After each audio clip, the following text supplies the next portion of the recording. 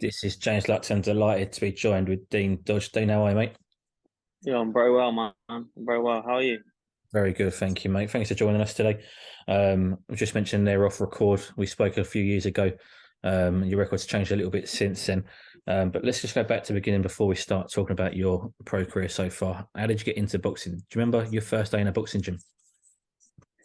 My first day, yeah, I remember it. I think I was playing football. I think my football manager, told me the local boxing gym, and I went with my mate, and yeah, I haven't really looked back since then. I was about 11 years old. I was.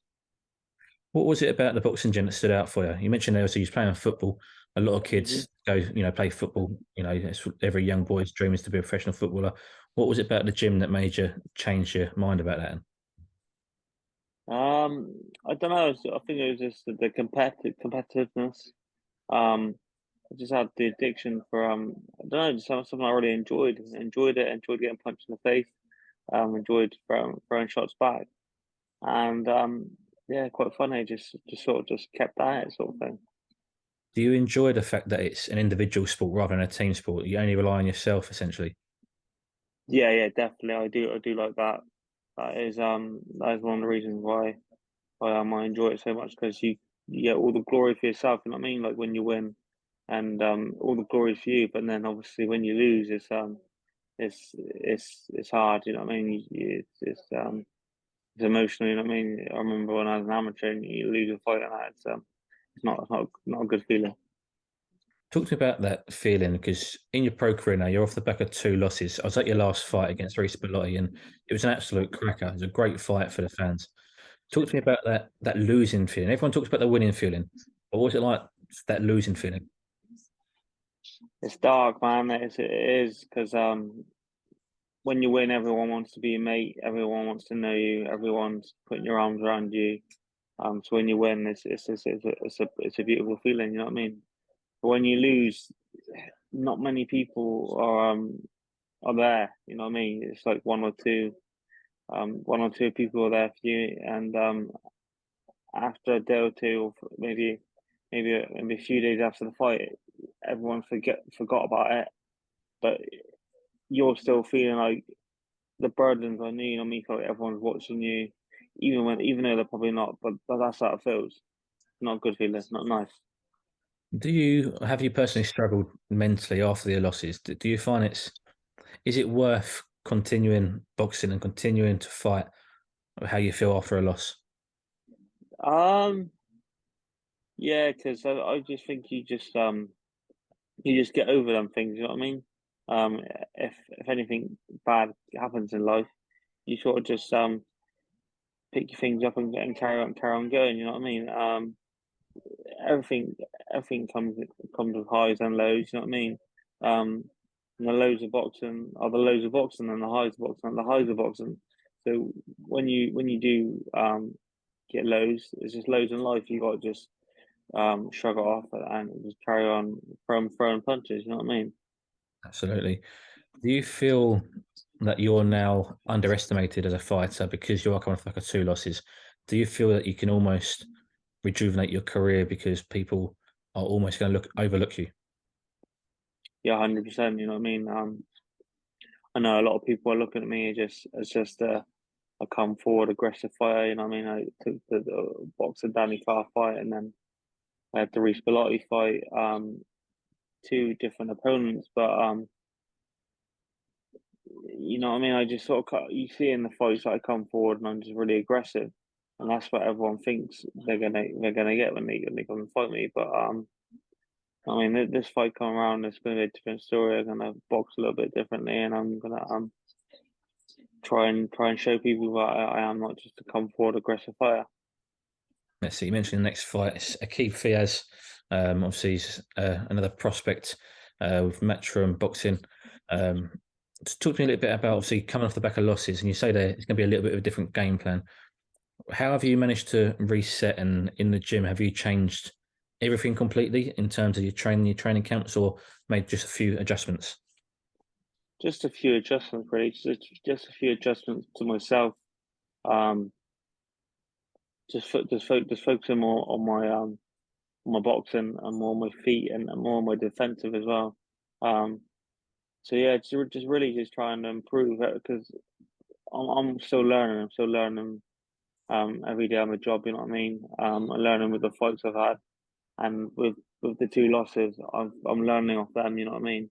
Learning massively of them. First loss, I learned massively of that. I come back and then obviously think it was two opponents pull out, and then I got obviously stuck with Reece Bellotti, who's a very accomplished fighter and a very good fighter, and was probably up against it a little bit, but we still took the fight, and yeah, I thought done myself proud. You absolutely did. Like I said, I was there, and it was a great fight between the pair of you. You mentioned there, obviously, Reece Bellotti is an accomplished fighter. He is, former Commonwealth champion who was signed to Matchroom Boxing. He's been on the big platforms for a long time, as well as Danny Carr. Really, he's been on the platforms. He was a prospect. He's sort of been there and thereabouts. Now, with yourself, does that motivate you more to go on? But also, does it make you a better fighter? Because a lot of fighters, especially in your position at that time, you was 10 fights undefeated, and people will try and pad their record. They will try and stay undefeated for as long as possible. You've took these risks, you've took these chances. Does that make you a better fighter?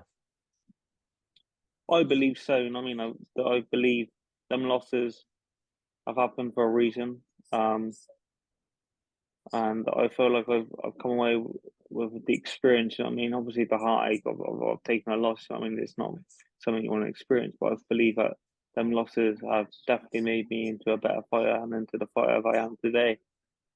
And you'll see that on March 11th. Absolutely.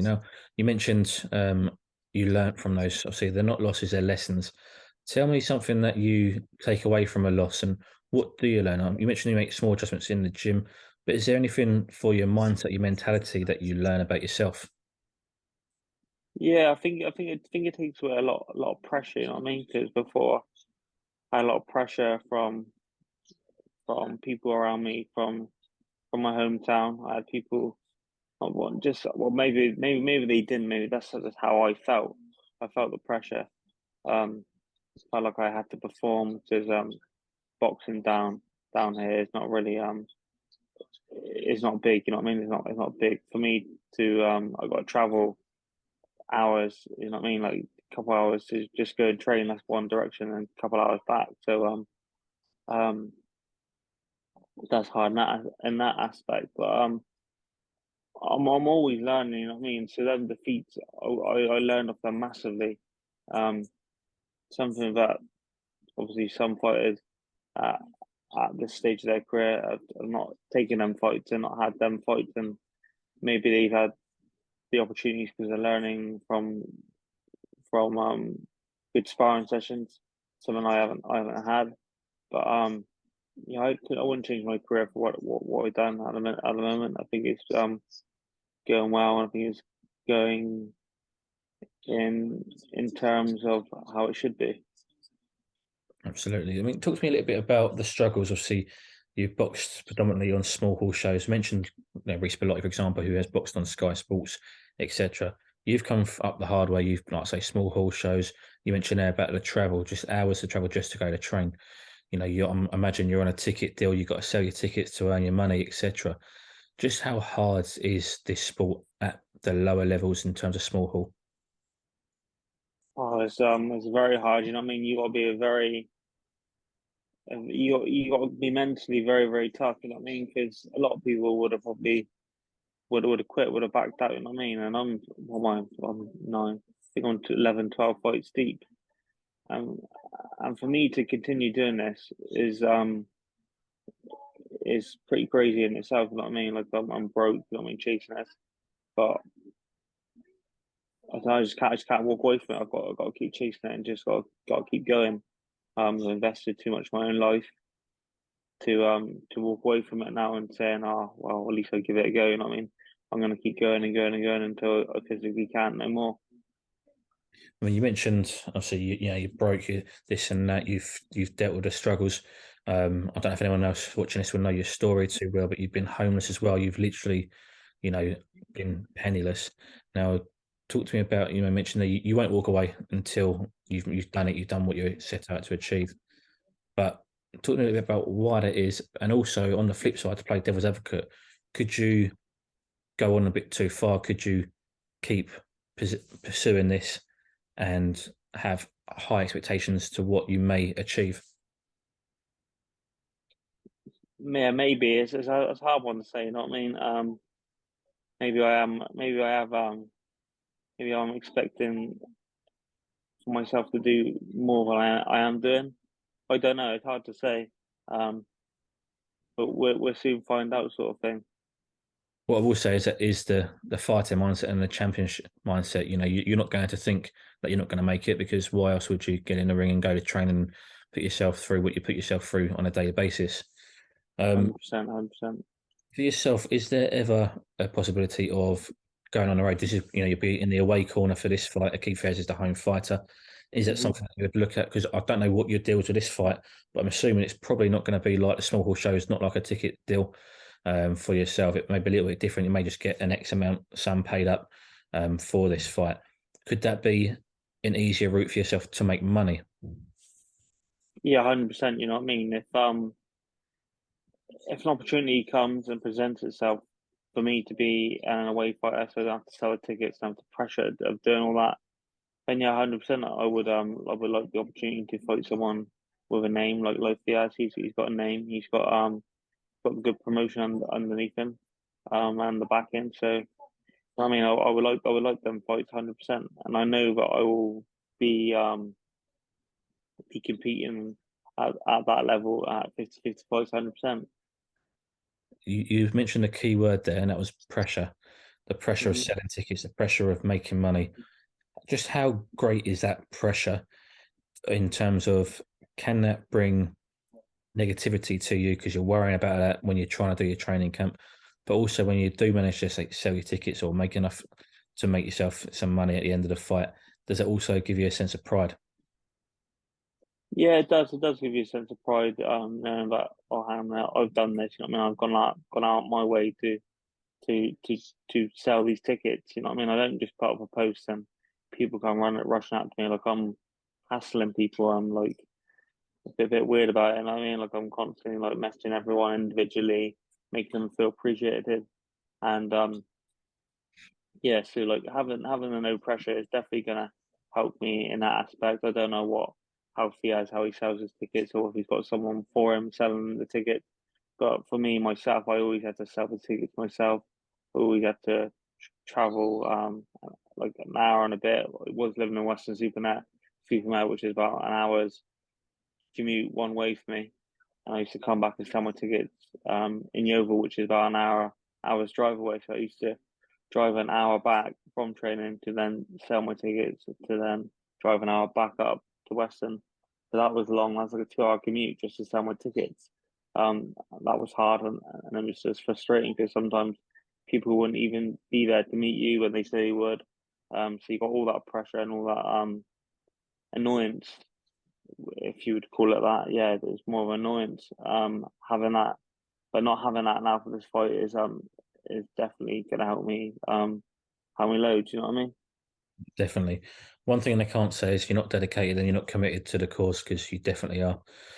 Just finally, the last point, I want to talk a little bit about Akib Fiaz. We mentioned obviously he's the prospect, he's got the platform, he's got the name. Obviously, you'll be doing your homework. Nobody's sort of overcome Fiaz just yet. How are you going to beat Akib Fiaz on March 11th? How am I gonna beat him? You're gonna have to tune in and find out. You know what I mean? Not giving no game plans away. You have to tune in and definitely find out for yourself. Absolutely, we certainly will be. Dean, thank you very much for your time. Thanks for joining us today. Top man, thank you, man. No worries, mate.